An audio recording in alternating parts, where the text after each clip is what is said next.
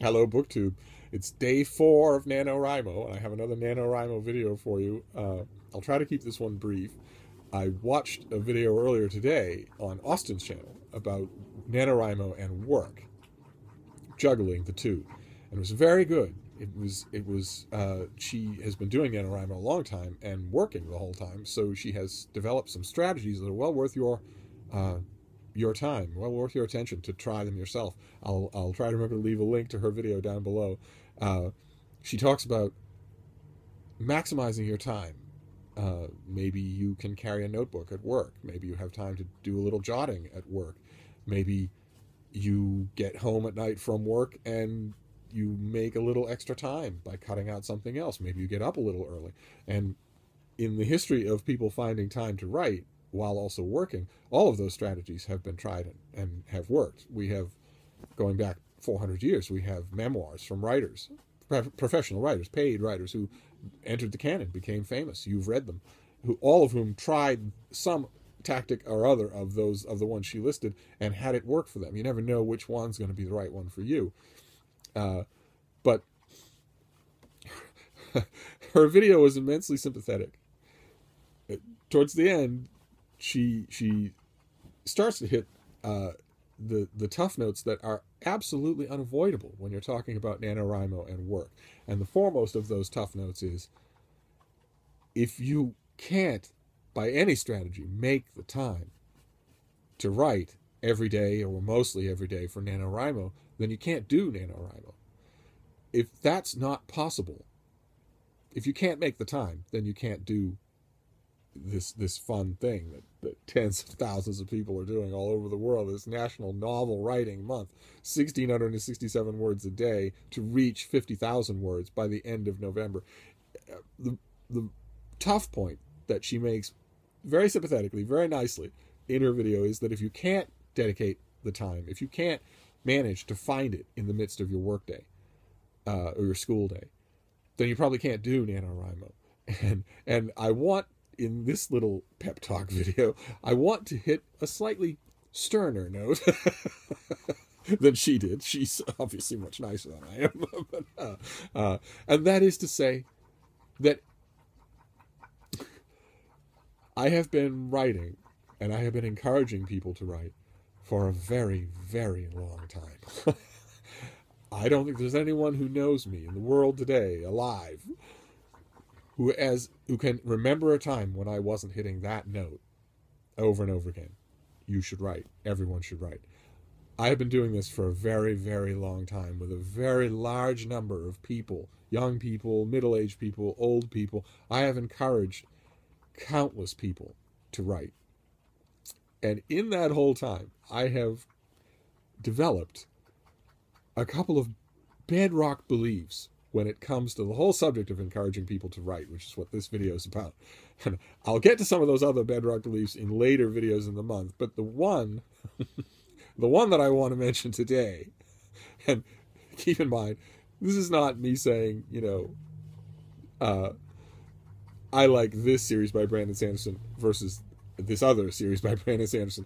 This is me distilling an enormous amount of experience into a point that I am so sure of that I am not willing to back off on it. This is gospel. and it's this. You have the time, no matter how busy you are.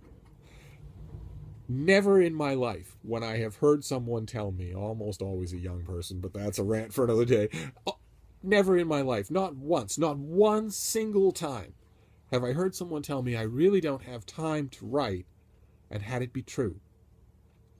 And the reason I found out that it wasn't true is because countless times, we're talking almost 100, probably more than 100 times, the person who has told me they don't have time to write has then done me the compliment of laying out their day for me, or, in the less defensible, horrific cases, lived with me so that I could see their day. And every single time that has happened, I have not only found open windows of time in which that person could write, but vast Siberian-style tundras of open time in which that person could write. Enormous amounts of time in which that person could write. so that their claim that they're really too busy with school, with work, with family. Their claim that they had no time to write was not only not true, but a howling lie. Now, Oz is too nice. In her video, she doesn't mention the phrase howling lie. But I wanted to bring it up here while NaNoWriMo is still very young, in case that howling lie is getting in the way of you participating. I have challenged people over time. I had a good friend once, years and years and years and decades ago, who would tell me all the time. I told him over and over again, you have a book inside you, and it's a boiling great book. It's full of characters and your humor and all the inventiveness that you do in day-to-day conversation. And it's a built world. It's a fantasy world that you already know all the details to. All you have to do is get to work. And in a year, maybe 2, you would have a manuscript that you could sell to, you know, any of the big editors in New York who handle new science fiction. And every single day he would say, I just don't have the time.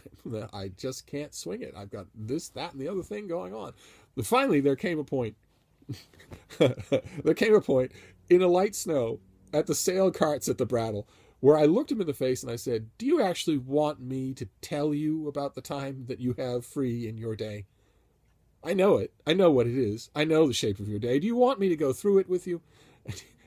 He paused for a long time and said, no, I don't. I'll start today. And he did. And he wrote a book and he sold it. And you've probably read it. And it had 5 sequels, and they all sold, and his life was never the same again. It was full of busy stuff, but it was all the stuff he wanted. Now, the dream of NaNoWriMo, of course, is not to become a successful genre author. That happens. NaNoWriMo has racked up an impressive list of successes in which that happens, but the dream is to do it, is to do the 50,000 words, so that you can look back at the end of the month and say, you know, for once, when it comes to writing, I didn't plan and fail. I planned and succeeded. I actually have a 50,000 word first draft of a novel.